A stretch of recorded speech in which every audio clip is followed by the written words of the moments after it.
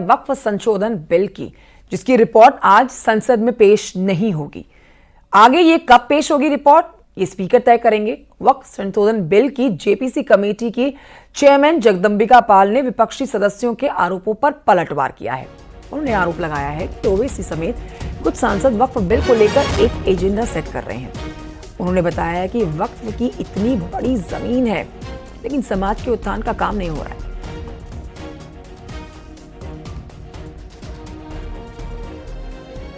सांसद जी, आप JPC committee के चेयरमैन थे जो वक्फ संशोधन बिल को लेकर मंथन जिस पे हुआ, लेकिन ओवैसी समेत तमाम विपक्ष के सांसद कह रहे हैं कि आपने उनके नोट्स को उसमें शामिल नहीं किया।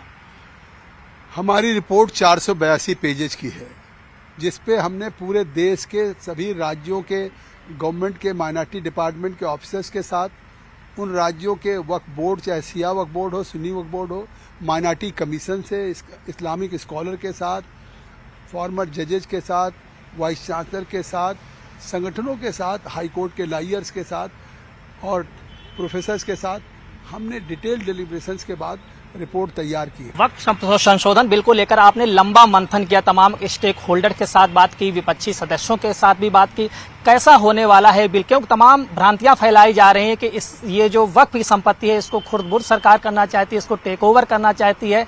क्या स्पष्ट संदेश देना चाहते हैं जनता को, कैसा ये बिल होगा? देखिए, सरकार को अगर ये अमेंडमेंट लेके आई तो उसकी मंशा साफ है कि वक्फ का जो वाकिफ करता है, इसका पर्पज होता है रिलीजियस पर्पज, पॉयस पर्पज है, चैरिटेबल पर्पज है, लेकिन उसका लाभ आज मिल रहा। मैं आपसे सवाल करूं कि किस वक्त की प्रॉपर्टीज, कहीं कोई मेडिकल कॉलेज चल रहा हो, किसी की दवा हो रही, कहीं यूनिवर्सिटी हो, कहीं एजुकेशन में फ़ायदा हो रहा हो, किसी विधवा को, किसी महिला को, किसी खवातीन को, किसी पसमानदा गरीब मुसलमान को कोई मिल रहा है?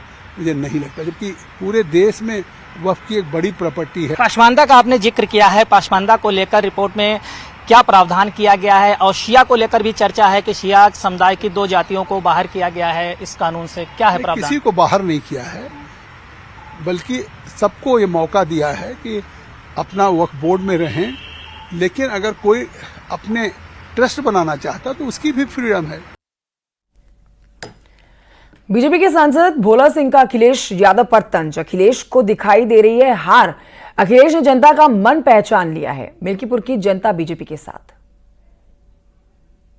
ऐसा लगता है कि जो हार अखिलेश जी को पहले दिख रही है, जो जनता का मूड दिख रहा है, इसलिए वो पहले से ही कभी ईवीएम को दोषी बताते हैं, कभी अधिकारियों को दोषी बताते हैं। लोकतंत्र में प्रशासन का और इलेक्शन कमीशन का निष्पक्ष चुनाव कराना जिम्मेदारी होती है। अब इसमें हमारी सरकार के अधिकारी निष्पक्ष चुनाव कराएंगे, उनकी जिम्मेदारी है। अखिलेश जी को कैसे पहले पता कि अधिकारी उसमें गड़बड़ करने वाले हैं? अभी तो चुनाव हुआ ही नहीं है। इसलिए इनका जो जनता का मन है उसको देख के इनकी मानसिकता बन गई कि पहले से विरोध करना शुरू करेंगे तो बाद में कहेंगे तो हमने पहले ही कहा था जी कि अधिकारियों ने जिता दिया। जनता ने नहीं जिता, बल्कि जनता निर्णय लेती है कि किस पार्टी को चुनना है। और मिल्कीपुर की जनता भाजपा के साथ में है, भाजपा को चुनेगी। जिस तरीके के उपचुनावों को रिजल्ट आए उसको देखते हुए हमें पूरा भरोसा है कि जनता भाजपा पर अपनी मोहर लगाएगी।